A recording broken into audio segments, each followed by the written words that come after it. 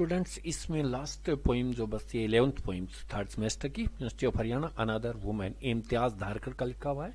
इनका वैसे जन्म तो पाकिस्तान में हुआ था, बट इन्होंने बताया है, मैं अभी देख रहा था इनकी वीडियो पड़ी हुई थी, कि इन्होंने बताया कि 6 महीने की थी तभी इंग्लैंड में चली गई थी, वहीं पे शादी हुई है और वहीं पे इन्होंने अपना जीवन व्यतीत किया। परंतु भारत से इनका बहुत ज्यादा लगाव है और विशेषकर मुंबई से। मुंबई के बारे में काफी कुछ बोल रही थी उसके अंदर, और मुंबई, और उन्होंने जो इवल्स है, जो बुराई है अपने समाज में, वो तो माननी ही पड़ेगी, जो बुराई है उसको यहाँ पे थोड़ा हाईलाइट किया है कि किस प्रकार हमारी मैन डोमिनेटेड सोसाइटी मीन्स औरतों को बोलने का कोई अधिकार नहीं है। स्पेशली जो नई दुल्हनें आती हैं, नई बेटियां आती है, तो उनके साथ जो यातनाएं पहले ज्यादा होती थी, अब तो काफी सारा फर्क पड़ा हुआ है, बट अब भी केसेस देखने को मिलते हैं कि ब्राइड बर्निंग से हमारे पास ऐसे भी आते हैं कि जलती हुई दुल्हन। इसी में वही बात बताई गई है किस प्रकार उनको, औरतों को टॉर्चर किया जाता है और कैसे उन पे कर्सिस मीन्स कोसा जाता है, गालियां दी जाती है। इवन उनके माँ बाप को भी जो इन लॉज हैं वो कोसते हैं, हस्बैंड जो है ज्यादा ध्यान नहीं देते हैं। तो ये बातें उसके अंदर बताई हैं और वो इसके अंदर बहुत अच्छी तरीके से इस बात को व्यक्त किया है उसने, और बहुत ही सीरियस पोइम है ये, बहुत अच्छी तरीके से इन्होंने, इम्तियाज धारकर ने लिखी हुई है। वो इंग्लैंड में रहती हैं आजकल। पहले इसकी जो पोइम है इसके बारे में थोड़ी सी समरी देख लेते हैं, फिर हम पोइम करेंगे जैसे हम रूटीन में करते आते हैं, फिर क्वेश्चन करेंगे उसके बाद। The poem describe the pathetic life of an average Indian married womens की, इसमें कवित्री जो है वर्णन कर रही है हमारे को, बड़ी पैथेटिक होती है, दयनीय जिसको हम कहते हैं, जिंदगी का ऑफ एवरेज जो औसत भारतीय वैवाहिक औरत की जिंदगी होती है। The women in this poem does the routine work of her house hold faithfully and yet she receive inhuman treatment from the parents of her husband. इस कविता के अंदर जो औरत उन्होंने दिखाई, the women in this poem does the routine work, अपना रोजमर्रा का जो काम है एक औरत का वो करती है, of her house hold faithfully, कि अपने घर का काम जो बड़े विश्वास पात्र तरीके से, बड़े विश्वसनीय तरीके से, वफादारी से वो करती है। And she received inhuman treatment, फिर भी उसको अमानवीय व्यवहार उस औरत के साथ किया जाता है इस कविता के अंदर, from the parents of her husband, जो उसके पति के माता पिता हैं उनके द्वारा। In the morning she went to vegetable market, जो घटना दिखाई कि यहाँ पे सुबह सुबह सब्जी मंडी जाती है वो, एंड ब्रोड ग्रीन मेथी लेकर आती है, बोट ग्रीन मेथी खरीद कर लेके आती है। She wish to buy a white radish also, एक सफेद मूली भी खरीदना चाहती थी, but then she gave up the idea, परंतु वो विचार त्याग दिया। गेव अप होता छोड़ देना, नहीं खरीदी, because it was not in her budget, क्योंकि उसके पास इतने पैसे नहीं थे, बजट नहीं था घर का इतना। Then she counted out the coins carefully, तब जो पैसे या सिक्के उसके पास थे वो उसने गिनती की उनकी, and tied them in her sari at the waist, और उसको साड़ी में एक पल्लू पे बांध कर अपनी कमर पर लपेट लिया। When she came home, जब वो घर आई, she faced her mother in law की, अपनी सास का सामना किया, स्टेयर्ड एट हर, उसकी माँ ने घूर के देखा, गालियां दी उसको। The women took the methi leaves and chopped them, परंतु ये औरत जो है वो नहीं बोली कुछ भी और अपने चुपचाप जो है वो मेथी के जो पत्ते थे उनको काटने लगी। चॉप मैंने होता काटना। Then she cooked it in the a pot, एक बर्तन में उनको पकाया, and placed on the stove, उनको स्टोव पर रख दिया। सी पुट साल्ट, नमक डाला, कमीन सीड्स मतलब जीरा डाला गया, कमीन सीड होता है जीरा, टू इनटू द पोट होता बर्तन के अंदर, जीरा भी डाला गया। As usual she faced the cruel remark of her mother in law, जैसे आम तरीके से उसकी सास जो उसके ऊपर कटाक्ष करती थी, टिप्पणियां करती थी, वैसे ही किया उसने, टिप्पणी दी। सी कर्सी, उसने कोसा हर फॉर स्पेंडिंग मनी, उसको गालियां दी पैसे खर्चने के लिए। सी कास्ट हर पेरेंट्स, उसके माँ बाप को भी गालियां दी गई, that they have sent their daughters in our home to trouble us, कि उन्होंने अपनी बेटी को हमारे घर पे भेज दिया है हमें परेशान करने के लिए। But she did not reply to, परंतु वो उत्तर नहीं देती है। Her mother in laws taunts, की उसकी जो सास है उसको ताने कस रही है, उनका वो कोई जवाब उसे नहीं देती है। टॉन्टिंग करना means as usual she sat crouched on the floor, crouched दुबक के बैठ जाना, जैसे वो आम तरीके से बैठ जाती, दुबक के बैठ गई फर्श के ऊपर, बाय द स्टोव के साइड में, स्टोव के पास में। व्हेन हर हस्बैंड केम, जब उसके पति आए घर पर, she did not look into his face, उसने अपने पति के चेहरे पर नहीं देखा। She did not utter word, ना ही एक कोई शब्द बोला, अटर होता उच्चारण करना या बोलना। She was not given the right to speak, उसके पास बोलने का कोई अधिकार नहीं था। She only watch the flame, उसने केवल लपटों को देखा, आग को, ज्वाला को ऑफ स्टोव की, beating against the cheap old pot, जो उस सस्ते से घटिया से बर्तन से टकरा रही थी। This was the house in which she was married, ये घर था जिसके अंदर उसकी शादी हुई थी। And this was her husband, ये थे उनके पति, with whom she had to spend her life, जिसके साथ उसने अपनी जिंदगी व्यतीत करनी थी। But she was not allowed to live even this miserable life, परंतु उसको इस तरीके की बदतर जिंदगी भी नहीं जीने दिया जाता है। मिजरेबल होता है दयनीय लाइफ भी नहीं जीने की अनुमति दी जाती है। दे परहैप्स हर हस्बैंड और मदर इन लॉ, शायद उसके पति और उसके सास थ्रू कैरोसिन ओनर उसके ऊपर मिट्टी का तेल डाल देते हैं एंड बर्न हर अलाइव, उसको जिंदा जला देते हैं। The poetess comment that this was just another case of bride burning. कवित्री जो है इम्तियाज धार कर टिप्पणी देती है कि जस्ट अनदर केस, ये फिर दूसरा एक मामला है दुल्हन जलती ही दुल्हन का। The society does not do anything, हमारा समाज कुछ नहीं करता टू प्रिवेंट सच एट्रोसिटी होता है अत्याचार, इस प्रकार के अत्याचारों को रोकने के लिए समाज भी कुछ नहीं करता है। We just hide our faces, हम केवल अपने चेहरे को छुपा लेते हैं। फ्रॉम सच हैपनिंग, इस प्रकार की घटनाओं से हम अपने चेहरे को छुपा लेते हैं और ज्यादा कोई समाज में एक दूसरे के खिलाफ नहीं बोलता। आवाजें आजकल उठ रही हैं, कैसे हो रहे हैं, बट इस प्रकार की घटनाएं जो हैं जहां पे इलिटरेट लोग ज्यादा हैं, अनपढ़ लोग ज्यादा हैं, उस सोसाइटी के अंदर ये घटनाएं ज्यादा होती हैं। अब डिटेल में पढ़ेंगे। अनदर वुमन इम्तियाज धारकर, मैंने राइटर पोइटेस के बारे में बता दिया है। ये पाकिस्तान से, वैसे तो जन्म पाकिस्तान में होता, बट पाकिस्तान कभी आई नहीं, इंग्लैंड में रहती हैं और भारत से इनका बहुत ज्यादा लगाव है। आप इनको देख सकते हैं यूट्यूब के ऊपर, मैंने देखा था अभी, इनकी वीडियो पड़ी हुई है। This morning she brought green meathies in the market, choosing the freshest bunch, picked up a white radish, imagined the crunch it would make between her teeth, the sweet, sharp taste, then put it aside, thinking it an extravagance, counted her coins out carefully, tied them, a small bundle into her sari at the waist, came home, faced her mother-in-law's dark look, took the leaves and chopped them, her hands stained yellow from the juice. Cut an onion fine and cooked, then whole things in the pot, salt and cumin seed thrown in over the stove, shielding her face from the heat. The usual words came and beat their wings against her. The money spent, curses heaped upon her parents, who had sent her out to darken other people's door. She crouched as usual on the flowers beside the stove. When the man came home, she did not look into his face, nor raise her head, but bent her back a little more. Nothing gave her the right to speak. She watched the flame hiss up and beat against the cheap old pot, a wing of brightness against the blackened cheeks. This was the house she had been sent to, the man she had been bound to, the future she had been born into. So when the kerosene was thrown, just a moment of surprise, a brilliant spark, it was the only choice that she had ever known. Another torch blazing in the dark, another woman, we sealed our faces from the heat. अब detail में कर लेते इसको। This morning she bought green methi, की सुबह जो वो खरीद कर लेके आए ग्रीन मेथी, हरी मेथी सब्जी मंडी से, इन द मार्केट से, चूजिंग द फ्रेशेस्ट बंच, सबसे ताजी मेथी का एक गुच्छा उसने उठा लिया। This morning she bought green methi, कि उसने बोट मैंने होता खरीदना, हरी मेथी खरीदी, इन द मार्केट से, सब्जी मंडी से, चूजिंग द फ्रेशेस्ट बंच, जो ताजे गुच्छे, काफी सारे बंडल पड़े होते हैं तो सबसे ताजा उसने बंडल चुना। पिक्ड अप ए व्हाइट रेडिश होता है मूली, एक सफेद मूली भी उठा ली, पिक्ड अप कर ली। इमेजिन, उसने कल्पना की, the crunch it would make, किस प्रकार की क्रंच की आवाज, मतलब चबाने की आवाज होती है, क्रंच मीन दांतों के बीच में चबाना, क्रंच कहते हैं। बिटवीन द हर, उसके दांतों के बीच में कैसी क्रंच की आवाज आएगी, ऐसी कल्पना की। द स्वीट शार्प टेस्ट, की बड़ा मीठा और तीखा सा इसका स्वाद होगा। Then she put it aside, परंतु तब उसने उस मूली को एक तरफ रख दिया। थिंकिंग, सोचते हुए, इट एन एक्स्ट्रा विजन, से फजूल खर्ची, भी ज्यादा फजूल करती है, इतना उसका बजट नहीं है, और ये सोच के मूली खरीदनी थी, वो वापिस उसने रख दी। काउंटेड हर कॉइन, काउंटेड होता गिनती करना, हर कॉइन अपने सिक्के गिने जो पैसे उसके पास थे, आउट केयरफुली, सावधानी से उनको गिना। टाइड देम, उनको बांध लिया, टाइड मैंने बांध ला। A small bundle into her sari, एक छोटा सा बंडल बना के अपनी साड़ी के अंदर एट द वेस्ट अपनी कमर पर बांध लिया। केम होम, घर आ गई। Faced her mother in laws, अपनी सास का सामना किया। डार्क लुक्स, उसकी तीखी नजरों का, काली नजरों का मीन तीखी नजरों का सामना किया अपनी सास की। टुक डाली, उसने चुपचाप बेचारी ने वो मेथी उठाई एंड चॉप देम, उनको काट लिया।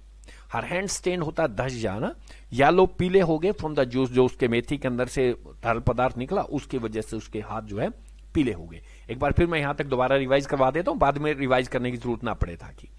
This morning she bought green methi, के आज सुबह जो वो औरत जिसके अनदर वुमेन की बात कर रही है, ग्रीन मेथी खरीद कर लेकर आई मार्केट, इन द मार्केट, सब्जी मंडी से, मार्केट से। चूजिंग द फ्रेशेस्ट बंच होता गुच्छा, सबसे ताजा गुच्छा उसने चुना। पिक्ड अप ए व्हाइट रेडिश, एक सफेद मूली भी उठा ली।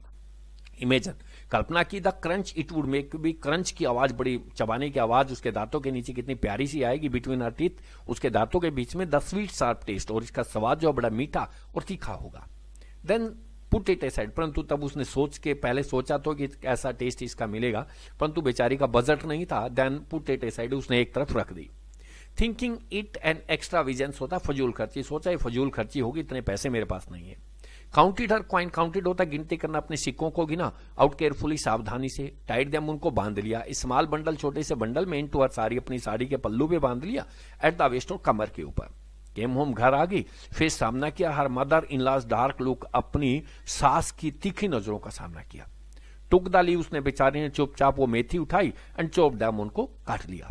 हर hand stains yellow from the juice, और उसके हाथ जो है पीले हो गए थे उस जूस से, उस तरल पदार्थ से जो मेथी के अंदर से निकला।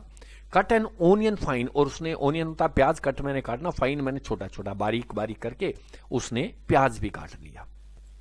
And cook the whole thing in the pot, और कुक्ड होता पकाना, सारी चीजें जो काटी पीटी थी उसने एक बर्तन में पका ली। Whole things in a pot होता बर्तन, बर्तन में पका ली। साल्ट, नमक डाला। एंड कमीन सीड होता जीरा डालना, सीड मैंने बीज, कमीन मैंने जीरा होता, जीरा डाला। थ्रोन इन, उसके अंदर डाला गया, साल्ट, नमक और जीरा उसके अंदर डाला गया। ओवर द स्टोव, के ऊपर रखा उसने पोट को। The whole things in the pot over the stove, उसने स्टोव के ऊपर रख दिया। Shielding her face from the heat, और शील्ड होता बचाना, शील्डिंग हर फेस, अपने चेहरे को बचाया, फ्रॉम द हीट, गर्मी से अपने चेहरे को बचाया।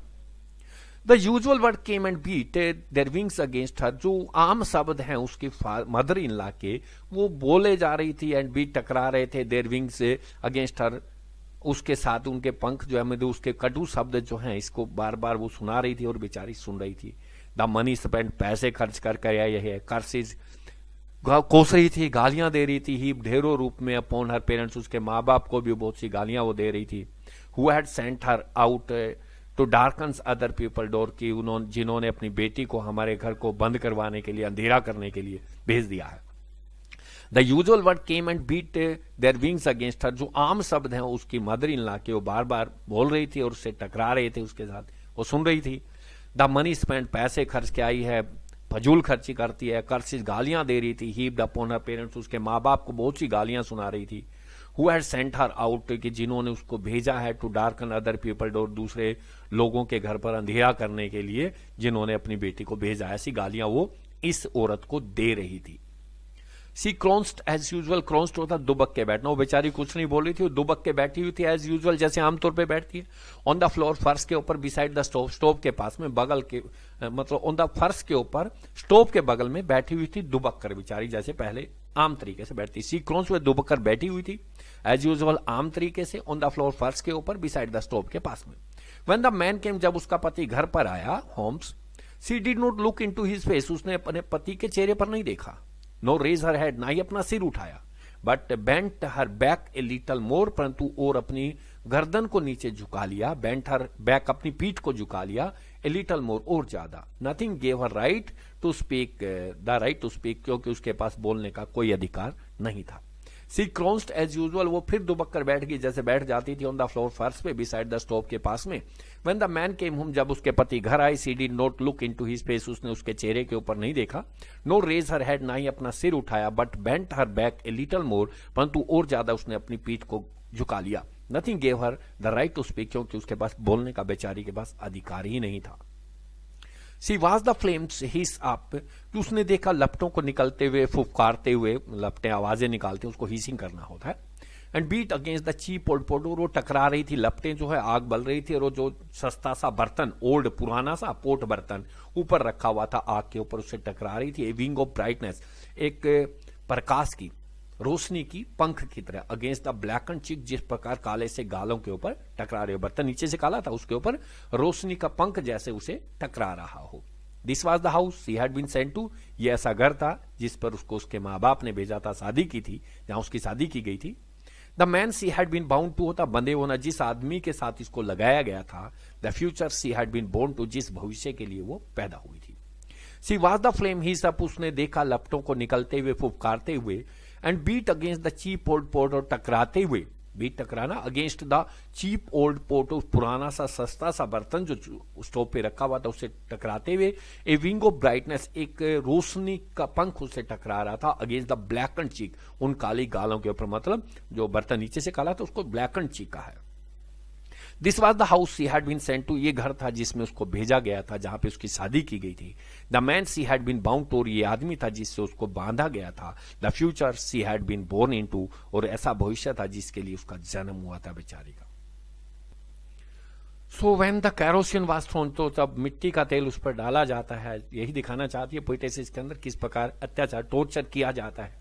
Just a moment of surprise, एक क्षण के लिए उसे आश्चर्य होता है। ए ब्रिलियंट स्पार्क, एक चिंगारी सी, चमकती हुई चिंगारी, उसको एक तेज चिंगारी निकलती है उसके अंदर, बस यही बात है, एक तेज चिंगारी और just a moment of surprise, एक क्षण का आश्चर्य, एक तेज चिंगारी और एक क्षण का आश्चर्य, यही दो चीजें उसने देखी। It was the only choice that she had ever known, यही बात जानती थी, एकमात्र यही उसके पास रास्ता बचा था। अनदर टॉर्च, दूसरी मशाल, ब्लेजिंग इन द डार्क, अंधेरे में जलती हुई। अनदर वुमेन, एक और दूसरी औरत। We sealed our faces from the heat, परंतु हम अपने चेहरे को मोड़ लेते हैं इन गर्मियों से, मतलब समाज की बुराई करने से हम बच जाते हैं, अपने चेहरे को ढककर चले जाते हैं। So when the kerosene was thrown, तो तब मिट्टी का तेल जब डाला गया, just a moment of surprise, एक क्षण के लिए आश्चर्य हुआ। एक ब्रिलियंट स्पार्क, एक तेज चिंगारी निकली। It was the only choice, यही एकमात्र विकल्प बचा था, that she had ever known, जिसको जानती थी। अनदर टॉर्च, दूसरी मिसाल, ब्लेजिंग इन द डार्क, अंधेरे में जलती हुई। अनदर वुमेन, दूसरी औरत। We sealed our faces from the heat, हम अपने चेहरे को ढक लेते हैं गर्मी से, मतलब हम समाज का बहिष्कार, हम समाज का कोई विरोध नहीं करते हैं, अपने चेहरे को ढककर चले जाते हैं कि भाई ये तो इनका घर का मामला है, हम क्यों बीच में आए, जबकि समाज को इस बारे में बोलना चाहिए, चाहे वो कोई किसी की बुराई करता रहे या चाहे कोई भी समस्या का सामना करना पड़े, परंतु इस प्रकार की इवल्स अगर समाज में है तो हमें जरूर बोलना चाहिए। अब इसका एक क्वेश्चन आंसर देख रहे, तो क्वेश्चन आंसर है यहाँ पे जेंडर ऑपरेशन की बात की गई है और पॉलिटिक्स की बात करेंगे। भाई जेंडर होता है मतलब औरतों के साथ किस प्रकार शोषण होता है। There are many social evil prevalent in our country, हमारे देश में बहुत सी सामाजिक बुराइयां फैली हुई हैं। प्रीवलेंट होता प्रचलित है। These social evils are blot on the name of India, ये सामाजिक बुराइयां जो है एक कलंक है, धब्बा है हमारे देश के नाम पर, हमारे समाज के नाम पर ब्लोट होता है, कलंक धब्बा है on the name of India, Bharat के नाम पर। मैनी पोइट्स एंड राइटर, बहुत से कवियों ने, लेखकों ने have often attack this evils, इन पे आक्रमण किया है, इन बुराइयों के बारे में लिखा, इन पोइम, कविताओं में, स्टोरी, कहानियों में, आर्टिकल, लेख भी लिखे हैं। Another women is a poem, ये अनदर वुमेन एक प्रकार की कविता है अबाउट द सोशल इवल, सामाजिक बुराई के बारे में है। The poem describe the inhuman treatment, इस कविता के अंदर वर्णन किया गया, जैसे हमने पढ़ा है 2 बार, समरी भी पढ़ ली है, डिटेल में हमने कविता भी बहुत अच्छी तरीके से 2-3 बार पढ़ ली है। अमानवीय व्यवहार जो किया जाता है, given to the women by the Indian society, भारतीय समाज के द्वारा औरतों के साथ जो अमानवीय व्यवहार किया जाता है, स्पेसिफिकली विशेष तौर से it is about the evil of Doris, दहेज प्रथा की बुराई के बारे में, एंड इट्स डेडली इफेक्ट, और इसके घातक जो प्रभाव होते हैं। A women leads a miserable life in the house of her husband, अपने पति के घर में एक औरत जो है बहुत ही बदतर जिंदगी जीती है। सी टॉर्चर, उसको यातनाएं दी जाती हैं, एंड अब्यूज्ड, उसको गालियां दी जाती है, शोषण किया जाता है उसका। She suffers all his inhuman treatment silently, परंतु वो सहन करती है अमानवीय व्यवहारों का चुपचाप। But she is not allowed to lead even the miserable life, परंतु इस प्रकार की बदतर जिंदगी भी उसको शांति से नहीं जीने दी जाती। इन द एंड, अंत में she is burnt alive by her in-laws, उसके सास ससुर उसको जिंदा जला देते हैं। अनदर वुमेन रेजिज अवेयरनेस, की इस कविता के अंदर आवाजें उठाई गई हैं जागृति की, about the ever increasing number of bride burning, एक आर्टिकल भी हमारे पास, ब्राइड बर्निंग, जलती हुई दुल्हनों के जो बुराई है उसको खत्म करने के लिए। And dowry deaths taking place in our society, और हमारे समाज में दहेज की वजह से जो मौतें हो रही हैं। The women portraits in the poem is a symbol of all such women, की जो औरत दिखाई गई है, चित्रित की गई है इस कविता के अंदर, वो प्रतीक है ऐसी औरतों का, who are torture for the sake of dowry, जो दहेज की वजह से टॉर्चर, जिनको यातनाएं दी जाती हैं फॉर द सेक ऑफ डोरी, दहेज की खातिर। द पोइम एनालिसिस की इस कविता के अंदर विश्लेषण किया गया द सोशो इकोनॉमिक, सामाजिक, आर्थिक एंड कल्चर, सांस्कृतिक कंडीशन, स्थिति का, दैट लिमिट्स वुमेन डेवलपमेंट, जो सीमित कर देती है औरतों के विकास के, एंड ओप्रेस, शोषण करते हैं दैम, उनके ऊपर, अंडर पैट्रिकल स्ट्रक्चर्स होता है जिसके अंदर a system of social structure, and practice in which man governs oppress and exploit women, जो आदमी औरतों का शोषण करते हैं और उनका दमन करते हैं, इस उसको पेट्रियार्कल स्ट्रक्चर्स कहते हैं। The poem gives voice The poem gives voice to the silent victim of atrocities which are often ignored by the society. इस कविता के अंदर gives voice से आवाज उठाई गई है धारकर के द्वारा टू बी साइलेंट विक्टिम, वो बेचारी जो चुपचाप शिकार हो जाती हैं ऑफ एट्रोसिटी, अत्याचारों का, which are often ignored by society, जिसके ऊपर समुदाय के द्वारा ज्यादा ध्यान नहीं दिया जाता है, जबकि इन बुराइयों की तरफ जो पूर्ण रूप से ध्यान देना चाहिए, ऐसे लोगों का सामाजिक बहिष्कार करना चाहिए और स्ट्रिक्टली उनको पेनल्टी देनी चाहिए, कम से कम डेथ सेंटेंस जरूर उनके लिए प्रोविजन ऐसा होना चाहिए।